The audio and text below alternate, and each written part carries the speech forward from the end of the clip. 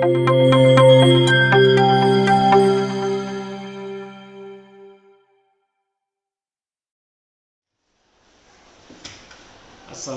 warahmatullahi wabarakatuh. Salam solusi. Baik teman-teman, kesempatan ini saya Usiono akan mengantarkan beberapa kelompok diskusi kecil dalam rangka kegiatan diskusi ringan yang kita sebut dengan durasi. Mudah-mudahan teman-teman bisa memberikan dukungan untuk hal memberikan pertanyaan, komentar, like, and subscribe. Mudah-mudahan channel ini berkembang dengan baik. Selamat menyaksikan.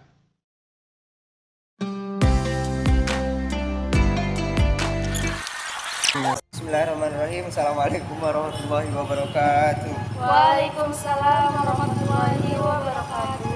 Alhamdulillahirabbil alamin wassalatu wassalamu ala asrofil anbiya'i wal mursalin wa ala alihi wa sahbihi ajmain. Pertama dan paling utama, marilah kita panjatkan puja dan puji syukur kepada kehadirat Allah Subhanahu wa taala yang mana atas nikmat, rahmat dan karunia-Nya lah kita dapat merasakan hidup pada saat ini. Salawat berangkaikan salam mari kita sanjung sajikan kepada kepakuan alam Nabi besar Muhammad sallallahu alaihi wasallam yang mana atas jasa pengorbanan perjuangannya lah kita dapat menikmati bagaimana layaknya hidup seperti saat ini. Yang ketiga, yang kami hormati dosen pengampu Bapak Dr. Usiono MA selaku dosen pengampu mata kuliah Filsafat Ilmu. Kami terutama dari kelompok 9, saya selaku Zuzar Kasyafi, Saya selaku Nurul Sukni. Saya Adila Isyarani. dari kelompok 9 kami akan membahas mengenai logika. Ya, awal permulaan logika kita mempelajari tentang sejarahnya. Ya, sejarah kemunculan istilah logika adalah yang mana istilah logika pertama kali digunakan oleh Zeno dari Citium, pendiri aliran Stoicisme. Lain halnya dalam pemandangan Lorenz Bagus yang menyebutkan bahwa logika bermula dari pembuktian geometri kaum Pitagorean, dialektika Zeno dan dialektika Plato. Pada tahapan selanjutnya Aristoteles mengembangkan sebuah analisis proposisi, intelerasinya, kualifikasinya dan penggunaan dalam penalaran. Puncak dari penalaran Aristoteles adalah ajaran silogisme, yaitu menggabungkan atau menyimpulkan dengan penalaran. Ya, mungkin pembahasan selanjutnya dapat kita maknai atau kita bahas mengenai tentang pengertian, tentang contoh serta fungsi dari logika. Ya, menurut kalian apalah itu logika? Nah, jadi kalau dari saya ya pribadi, logika itu pasti berhubungan dengan pemikiran manusia. Nah, kalau dapat kita artikan dengan kata lain, logika itu merupakan pemikiran ataupun penalaran dari seseorang yang sesuai dengan kebenaran, fakta, dan juga kenyataannya. Nah, dengan menggunakan logika kita bisa membedakan tuh mana yang benar dan juga mana yang salah, dan tentunya kita bisa menghindari dari kesalahan tersebut. Itu dari pendapat saya pribadi. Mungkin dari Nurul mempunyai pendapat yang berbeda. Kalau menurut saya pribadi, logika adalah hasil pertimbangan dari pemikiran manusia yang menghasilkan suatu pernyataan dan pernyataan tersebut adalah benar. Seperti itu.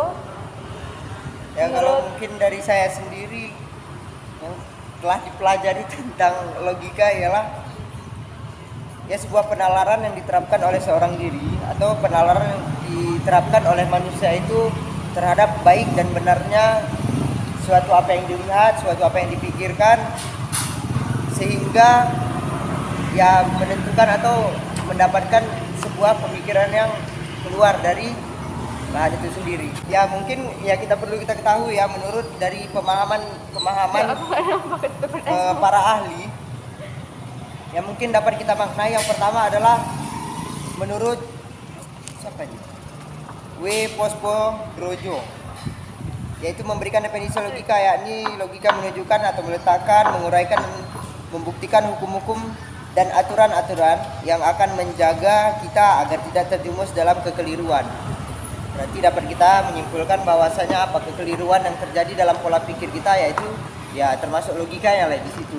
Jadi logika menentukan sebuah kebaikan, logika menentukan sebuah pikiran, logika menentukan atau menguraikan apa yang kita lihat, apa yang kita pikirkan. Di situ semua termasuk tentang logika. Ya mungkin contoh-contoh logika yang dapat kita pahami menurut kalian berdua lah. Kalau menurut saya pribadi, jika hari ini hujan maka jalan akan basah. Nah, kalau menurut saya, kalau kita ambil dari kehidupan sehari-hari ya, yang mungkin pernah terjadi juga di lingkungan masyarakat sekitar. Misalnya itu apabila kita melihat ada suatu kebakaran gitu ya, maka untuk memadamkan api tersebut kita harus menggunakan air, bukan menggunakan bensin. Itu kalau dari saya. Mungkin dari Zo. Ya kalau menurut saya logika ya, semua kita pakai logika ya kan. Iya. Mengerjakan tugas pakai logika, memberikan tugas juga pakai logika. Iya, benar sekali ya. Jadi segala sesuatu yang menurut kami ya apa? Ya segala sesuatu yang berbentuk dengan logika. Jangankan untuk melakukan sesuatu ya, untuk kita beribadah juga pakai logika. Kalau seandainya logikanya dalam Islam diterapkan, kalau seandainya sholat tak pakai wudu ya sama aja. Berarti kan kita belum menggunakan logikanya. Logikanya apa? Ya logika yang aturan yang terikat dalam ya ajaran Islam. Seharusnya kita melakukan sesuatu itu juga menggunakan logika. Menggunakan logikanya apa? Ya kita kan mengetahui tentang ketentuan-ketentuan atau syarat-syarat yang diterapkan. Makanya dari itu logika perlu dibangkitkan, logika itu perlu diuraikan, logika itu perlu ditingkatkan. Karena apa? Semua berhubungan dengan segala sesuatu. Ya itulah logika ya. Jadi kalau menurut saya fungsi logika itu apa? Setelah contoh kan kayak itu fungsinya itu. Mungkin dari Nurul punya pendapat. Kalau dari saya sendiri ya, jika kita menghadapi suatu masalah, kita pasti menggunakan logika kita. Tentu saja logika itu berfungsi untuk menyelesaikan masalah tersebut. Kita memikirkan solusi-solusi bagaimana menyelesaikan permasalahan tersebut dengan cara yang baik dan benar, bukan cara yang salah. Menurut Dila pribadi, Sebenarnya apa yang dibilang dari Nurul Sufni tadi udah benar ya, cuman mungkin ada penambahan dikit ya. Soalnya untuk kita menyelesaikan suatu permasalahan bukan hanya dari bagaimana secara baiknya aja, tapi kan benar atau tidaknya cara-cara tersebut, langkah-langkah yang kita gunakan itu udah benar atau belum. Nah, mungkin dari Zo. Ya kalau menurut saya logika fungsinya itu apa ya? Ya memudahkan termasuk juga lah. Jadi memudahkan itu apa? Setelah mungkin ada penjelasan dari ya contohnya seperti kalian dua lah. Kalian jelaskan kepada saya kan gitu. Jadi setelah kalian jelaskan, oh mungkin orang lain belum bisa memaknai apa yang kalian bilang gitu. Jadi kita juga berpikirnya kritis di situ memakai logika. Logikanya bagaimana? Ya memudahkan pengucapan lagi atau memudahkan pengulangan kata ya untuk memahamkan orang ya dengan kata yang lebih mudah. Berarti logikanya apa? Di situ logika kita gunakan. Oh gunakannya apa? Ya mungkin orang lain belum paham mengenai hal yang disampaikan. Maka dari itu kita memikirkannya ya bagaimana agar lebih mudah lagi akan untuk menjelaskannya agar nalar atau agar memudahkan orang untuk dapat memahami apa yang kita sampaikan. Oke lanjut ya, diskusi santai kita pada hari ini mengenai apa tadi? mengenai hubungan antara logika dengan Islam. Jadi bagaimana pendapat Zo? Kalau kita bahas tentang logika dengan Islam ya kalau di bukan dalam Islam sebenarnya. Kalau kita bilang dalam bahasa Arab ya logika itu ya termasuk ilmu mantik. Ilmu mantik itu ya ilmu logika lah. Jadi kalau kita bilang masalah dalil-dalil hukum ya terteranya ya gara-gara logika semua. Makanya di awal tadi dibilang segala sesuatu itu juga berhubungan dengan logika ya, terkhususnya kayak pemahaman dalam Islamnya kan. Juga Islam menentukan masalah hukum-hukum, aturan-aturan itu juga menurut saya itu ya pakai logika. Contohnya gini, kita kaji masalah mengenai dalil-dalil hukum ya dalam Islam.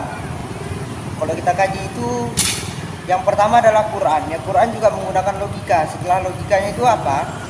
Bukan berarti Quran itu hidup dan menggunakan logikanya, enggak. Maksudnya dalam terjemahan atau dalam penafsiran dalam Quran itu juga menggunakan logika. Dikaitkan seperti ini contohnya. Di dalam Quran itu tidak ada menjelaskan tentang masalah praktik sholat. Quran cuman menjelaskan tentang sholat lah kan gitu. Jadi dibahas lagi di hadis juga baru di situ menyatakan bahwasanya dalam hadis Nabi shollu kama ra'aitumuni usolli. Jadi di situ penjelasannya tentang ya sholatlah kalian kata Nabi sebagaimana aku melakukannya. Itu juga kita melogikakannya kan gitu. Oke, Quran melogikakannya kepada Nabi, sedangkan kita yang belum berjumpa dengan Nabi juga menggunakan akal kita pasti bertanya-tanya bagaimana Nabi melakukannya, sedangkan apa ya dengan nggak nengok kan kayak gitu. Nah, dari situ baru termasuk ke dalam pembahasan dalil hukum selanjutnya setelah hadis ada ijma. Ya, di ijma itu apa? Disitulah pendapat ulama dikaitkan. Jadi ijma itu adalah pendapat ulama yang dimana aturan-aturan itu ditetapkan. Jadi contohnya seperti sholat, shollu kama ra'aitumuni usolli, kan kita nggak nengok itu kayak mana Nabi sholat, sedangkan kita yang belum lahir pada zaman dia kan gitu. Nah disitulah pendapat ulama dijelaskan bahwasanya tuh Nabi itu sholatnya itu begini, sholatnya itu begitu, berapa rakaat dia, kayak mana ketentuannya, kayak mana sejarah-sejarahnya. Belum permasalahan ijma itu ya pendapat ulama. Ulama juga bukan sekedar sekedar menetapkan bahwasanya sholat Nabi itu kayak gini. Dia juga menggunakan logikanya, menggunakan akalnya. Ya bagaimana ya penyampaian yang bagus itu bagaimana ya? Dia juga menggunakan logikanya. Logikanya apa? Ya kan nggak mungkin dia pun juga yang belum hidup, ulama yang belum hidup, ya kan, para mujtahid yang belum hidup dulu di zaman Nabi begitu langsung tahu. Ya dia menggunakan logikanya. Bagaimana cara menyiasati ilmu? Bagaimana cara menyiasati ya? Kayak mana sebenarnya sholat Nabi itu kan gitu? Ya dikaji-kaji lagi, menanyakan segala sesuatu.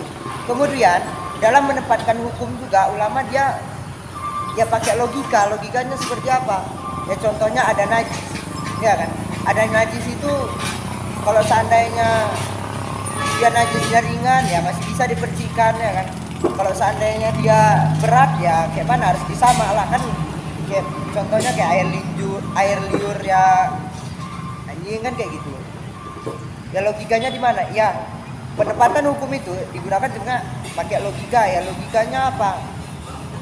Ya logikanya disitulah pendapat ulama ya berkompeten ya memikirkan bagaimana kesuciannya tentang najis itu tadi, bagaimana cara membersihkannya, bagaimana ini segala macam. Ya itulah kalau istilahnya pemandangan dalam Islam yang mengenai logika. Ya, mungkin ada lain. Oh, berarti kesimpulannya bahwasannya aturan-aturan dalam Islam yang ditetapkan oleh Allah Subhanahu Wa Taala itu selalu berkaitan dengan logika. Ya, makanya kayak kita bilang tadi dari awal ya semua itu berkaitan dengan logika dan pola pikir. Kenapa logika ya kita pasang ya kan nggak mungkin kaki kita yang menggunakan logika, pasti ya kepala lah ya kan, ya pikiran kita semua mempengaruhi, jadinya geser lah dia. Gesernya itu kayak mana ya, semua pergerakan yang kita pakai logika ya kan. Giliran kita mau ke kampus pakai logika, giliran kita mau beli buku ya pakai logika juga. Intinya semua memakai logika. Ya kalau itu menurut saya pribadi ya, mungkin orang lain beda ya kan. Mengerjakan tugas pakai logika, memberikan tugas juga pakai logika ya kan. Harus kenapa? Agar kita selalu berada di jalan kebenaran. Ya, karena kan kayak kalian bilang tadi definisi awalnya ya tentang menentukan penalaran tentang kebenaran dan kesalahan kan kayak gitu. Makanya kayak semua itu berkaitan dengan Logika. ya. Oke. Mungkin udah cukup ya diskusi kita pada hari ini, Pak Dazo. Ya. Untuk menutup. Ya mungkin ya inilah ya kan ya pemahaman tentang logika yang akan ya kita dapatkan lah masalah ilmunya ya kan. Ya intinya apa, semua pergerakan atau semua yang kita pikirkan itu menggunakan logika ya kan. Ya mungkin sekian saja diskusi mengenai tentang ilmu logika, lebih dan kurangnya Kami memohon mohon maaf. Akhirul kalam, al-kamalu lillahi wahdah wa nafsu saiful insan wa laysa iban. Salamu bika salam salaman daiman. Wassalamualaikum warahmatullahi wabarakatuh.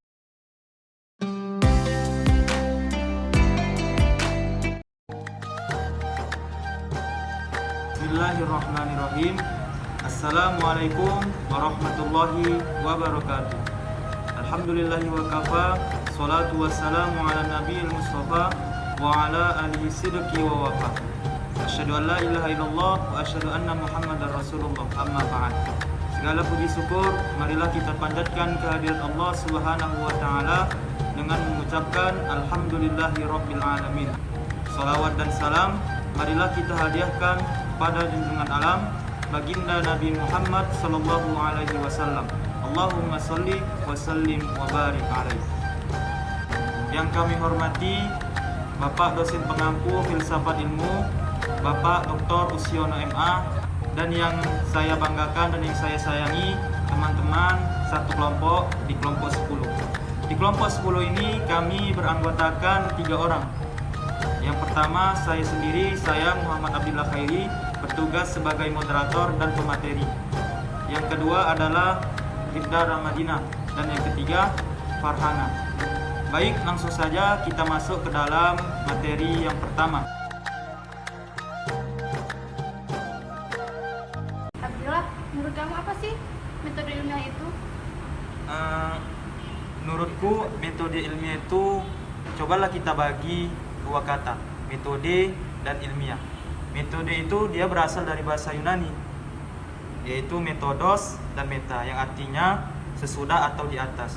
Sedangkan kata yang kedua adalah ilmiah. Nah, ilmiah itu dapat kita artikan sebagai pengetahuan yang memiliki dasar pembenaran, yang bersifat sistematik dan intersubjektif.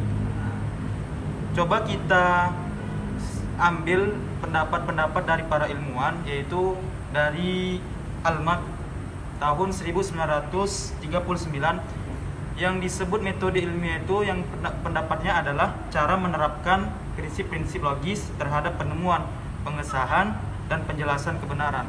Ada juga yang berpendapat tentang metode ilmiah ini, yaitu Sudarminta di tahun 2002. Menurutnya metode ilmiah itu adalah prosedur atau langkah-langkah sistematis yang perlu diambil guna memperoleh pengetahuan yang didasarkan atas persepsi indrawi dan melibatkan uji coba hipotesis serta teori secara terkendali. Nah, menurutmu Abdil, apa sih jenis-jenis atau tipe dari metode ilmiah ini? Nah, untuk pembagian metode ilmiah dan macam-macamnya, menurut Suyono Sumargono, metode ilmiah ini terbagi menjadi 2 macam. Yang pertama adalah metode ilmiah yang bersifat umum, dan yang kedua adalah metode penyelidikan ilmiah. Metode ilmiah yang bersifat umum itu terbagi lagi menjadi 2. Metode analitik sintesa, yaitu metode yang gabungan dari metode analisa dan metode sintesa. Dan ada juga metode non-deduksi. Metode non-deduksi ini merupakan gabungan dari metode deduksi dan metode induksi. Jadi metode yang kedua tadi adalah metode penyelidikan ilmiah. Metode penyelidikan ilmiah ini dapat dibagi jadi 2 juga.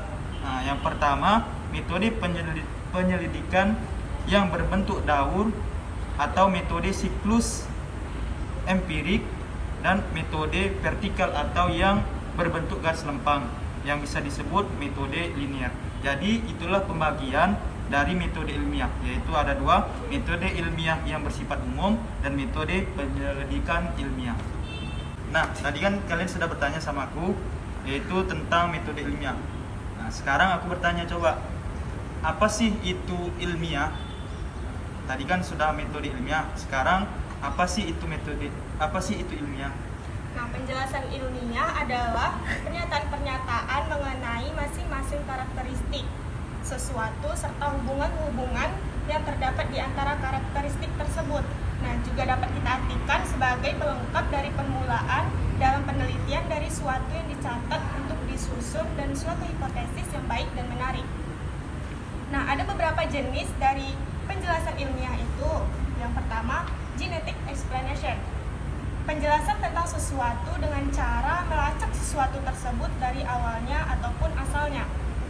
Yang kedua, intentional explanation, yaitu penjelasan tentang suatu gejala dengan melihat hal-hal yang mendasarinya ataupun hal yang menjadi tujuannya. Yang ketiga, dispositional explanation, yaitu penjelasan tentang suatu gejala dengan melihat karakteristik ataupun sifat dari gejala tersebut. Yang keempat, questioning explanation, yaitu penjelasan yang sesuatu gejala dalam konteks keseluruhan dari suatu sistem ataupun gejala yang lebih luas. Yang kelima, functional explanation. Nah nih Rif, kan ada aku baca nih sini langkah dan prosedur dalam metode ilmiah. Jadi, bagaimana langkah dan prosedur dalam metode ilmiah? Oke, baik. Intisari dari metode ilmiah ini dapat kita sebutkan adanya gabungan penggunaan akal dan pengalaman indrawi, sehingga gabungan tersebut mewarnai dalam langkah serta prosedur metode ilmiah tersebut, yaitu diantaranya yang pertama, mengidentifikasi dan merumuskan masalah, yang kedua, menyusun kerangka pemikiran, yang ketiga, merumuskan hipotesis, yang keempat, menguji hipotesis, yang kelima, menarik kesimpulan. Nah, dari penelitian ilmiah ini harus memenuhi beberapa kriteria juga, yaitu diantaranya yang pertama, menyatakan tujuan secara jelas. Yang kedua, rigor ataupun kukuh. Yang ketiga, menggunakan landasan teoritis dan metode pengujian data yang relevan.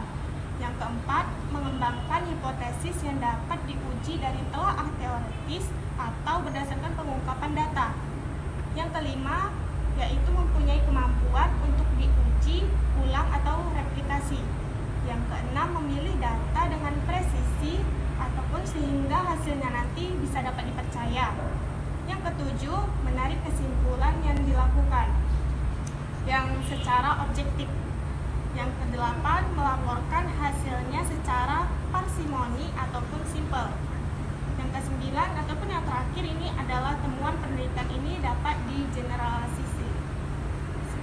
Nah, Farhana, aku mau nanya nih, menurutmu siapa sih tokoh utama ataupun perintis dari metode ilmiah ini? Dari buku filsafat ini, aku baca di situ ada perintis yang namanya Francis Bacon yang berfilsuf berkebangsaan Inggris. Dan ada beberapa gagasan utama Francis Bacon dalam merumuskan pemikirannya, di antara lainnya: 1. Ilmu pengetahuan adalah kekuasaan. 2. Landasan filsafat Bacon menjadi manusia penguasa kekuatan-kekuatan alam dengan menemukan dan penciptaan ilmiah. 3. Filsafat harus dipisahkan dari teologi, bukannya dicampur sebagai skolisme. 4. Psikolisme berisi profesi. 5. Bacon menganggap remeh psikologisme Aristotle serta memandang rendah matematika, dikarenakan dua metode tersebut tidak cukup eksperimental. 6. Pusat pemikiran tersebut oleh Bacon dinamakan bola atau berhala. Nah, jadi itu aja yang saya ketahui dari buku filsafat ilmu ini tentang Francis Bacon. Karena kita mau nanya, gimana sih sikap ilmiah yang seharusnya ataupun semestinya dimiliki oleh peneliti? Jadi, sikap ilmiah dapat diartikan sebagai suatu sikap yang diarahkan untuk mencapai suatu pengetahuan ilmiah yang bersifat objektif, bebas dari prasangkaan pribadi dan dapat dipertanggungjawabkan secara sosial, serta hal yang tidak diabaikan adalah dapat dipertanggungjawabkan kepada Tuhan. Dan di sini ada kebaca tentang 6 karakter sikap ilmiah yang harus dimiliki ilmuwan, yaitu 1. Tidak ada rasa pamrih. 2. Bersikap selektif. 3. Adanya rasa percaya. 4. Adanya sikap yang berdasar pada suatu kepercayaan dan dengan rasa pasti. 5. Adanya suatu kegiatan rutin. 6. Seorang ilmuwan harus memiliki sikap etis atau akhlak. Dan di sini juga ada beberapa hal yang harus dimiliki oleh seorang ilmuwan, yaitu 1. Kejujuran dan kebenaran. 2. Tanggung jawab. 3. Setia. 4. Sikap ingin tahu. 5. Sikap kritis. 6. Sikap independen atau mandiri. 7. Sikap terbuka. 8. Sikap rela menghargai karya dan pendapat orang lain. 9. Sikap menjangkau ke depan. Farhana, tadi dirimu udah bilang sikap independen kan? Nah, seperti apa sih sikap independen itu? Bisa diartikan? Menurut yang aku baca, sikap independen adalah sebagai sikap mental yang tidak dipengaruhi oleh hal-hal yang dapat mengganggu pertimbangan proporsional, sehingga memungkinkan seorang individu untuk memiliki integritas dan bertindak secara objektif serta menerapkan skeptisisme proporsional. Bisa dikatakan sebagai sifat mandiri. Iya. Nah, dari pembacaan pertanyaan-pertanyaan kami tadi maupun jawaban yang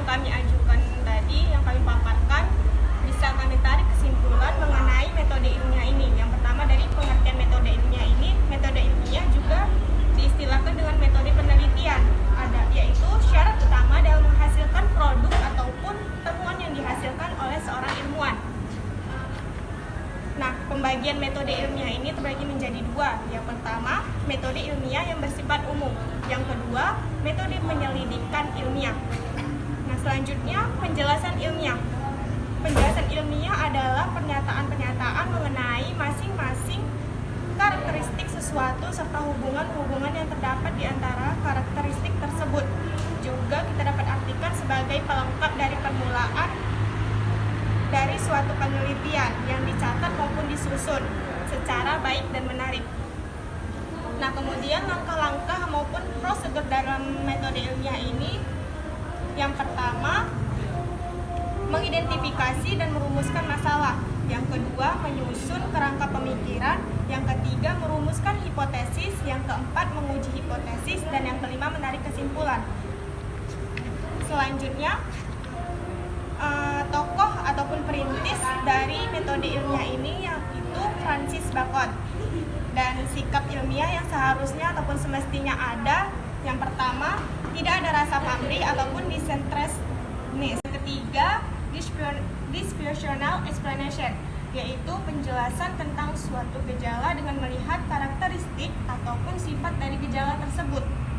Yang keempat, rationing explanation, yaitu penjelasan yang dihubungkan dengan alasan mengapa sesuatu itu bisa terjadi ataupun sesuatu itu dapat dilakukan. Yang kelima, functional explanation, yaitu penjelasan dengan suatu gejala dalam konteks keseluruhan dari suatu sistem ataupun gejala yang lebih luas. Yang keenam, explanation through empirical generalization, penjelasan yang dibuat dengan cara menyimpulkan hubungan antara sejumlah gejala. Nah, yang ketujuh, yang terakhir ialah explanation through formal theory, penjelasan yang menekankan pada adanya aturan, hukum, ataupun prinsip yang pada umumnya terbentuk melalui deduksi. Nah, beberapa jenis penjelasan ilmiah ini membantu kita dalam menguraikan proses penelitian yang sedangkan dilakukan sehingga apa yang dijelaskan ataupun kita presentasikan dapat mudah dipahami dengan sistem terukur.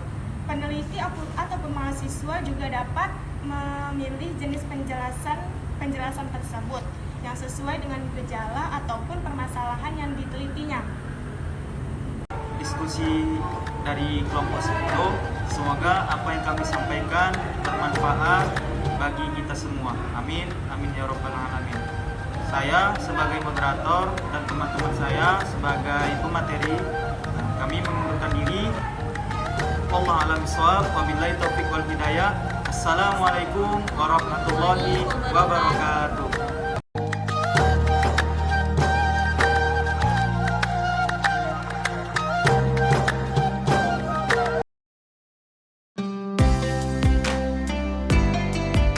Assalamualaikum warahmatullahi wabarakatuh. Kami dari kelompok 11 yang membahas tentang mengenal sains dan Islam yang beranggotakan dari saya Wirwisa Panjarambe dengan 0307212096 dan Saya Hafiz Yusuf Nasution dengan NIM 0307212095. Dan saya Hamil Latifah dengan NIM 0307212097. kami dari Manajemen Pendidikan Islam Minggu 2 Sambuk 2021. Baiklah, kami akan memulai diskusi kami pada hari ini. Nah, menurut kisah apa itu sains Islam? Menurut saya dari buku yang saya baca dengan jurnal selama ini saya pahami, sains Islam atau yang biasa disebut sains agama adalah dua kesatuan ilmu yang saling berkaitan. Nah, sains dan agama merupakan dua kesatuan ilmu yang saling berkaitan yang berdasarkan pada Al-Quran dan Hadis.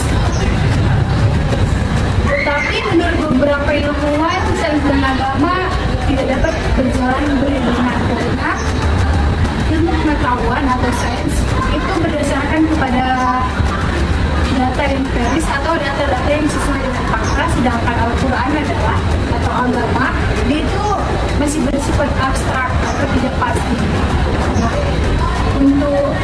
Nah, agar agama dan sains itu dapat diatur, diperlukan integrasi antara sains dan agama. Menurut Isa, apa yang kamu ketahui tentang integrasi sains Islam?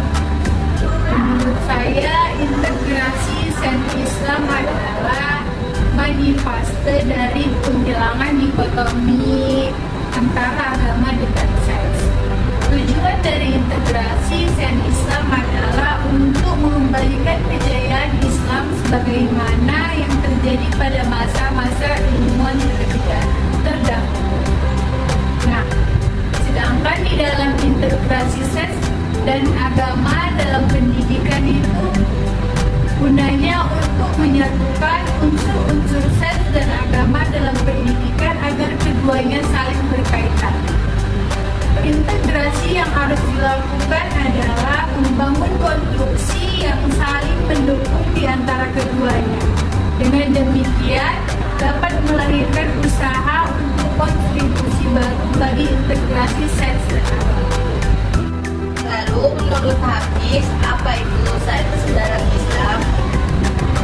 Sains dan Islam merupakan bagian penting dalam kehidupan secara umat manusia karena mempertemukan ide spiritualitas, agama, dan pemikiran rasional empiris.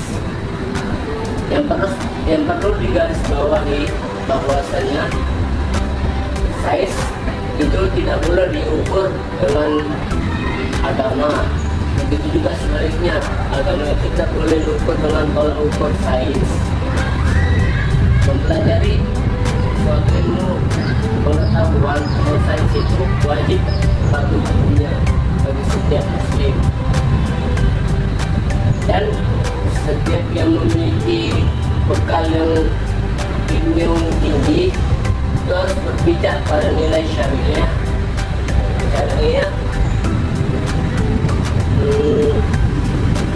akidah dan akhlak. Menurut Hafiz sendiri, cara menempatkan sains dan agama Islam itu gimana sih?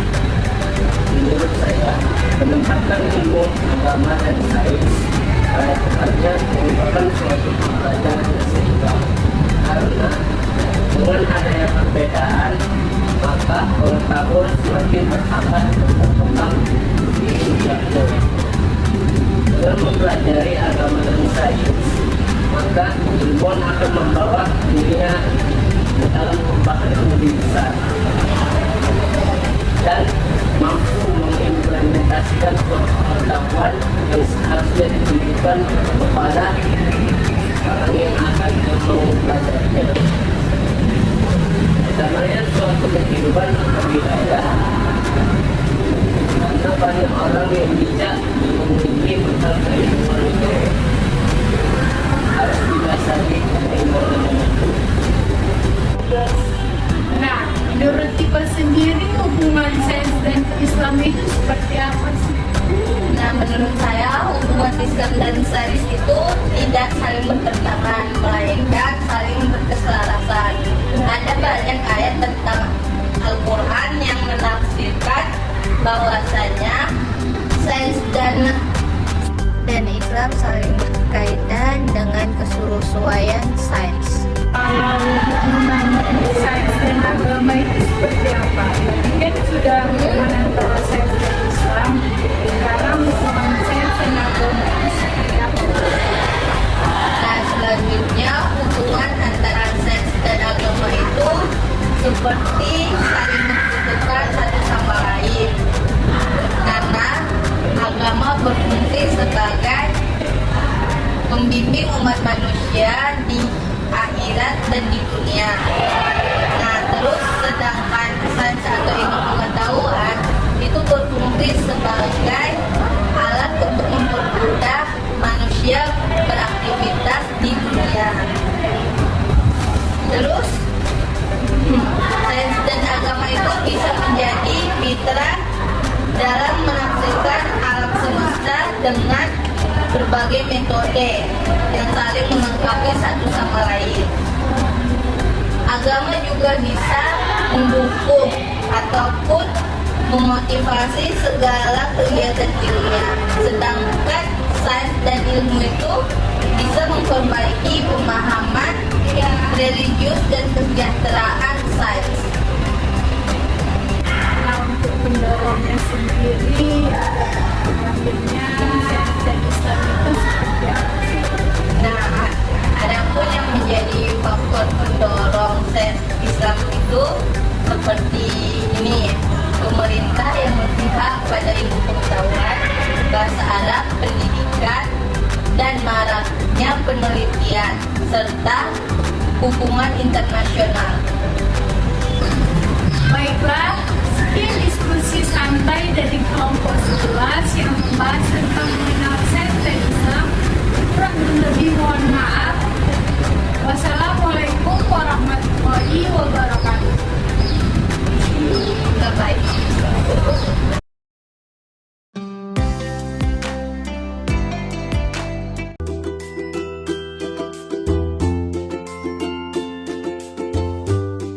Assalamualaikum warahmatullahi wabarakatuh. Kami dari kelompok 13 yang bertemakan konsep dasar penelitian ilmiah.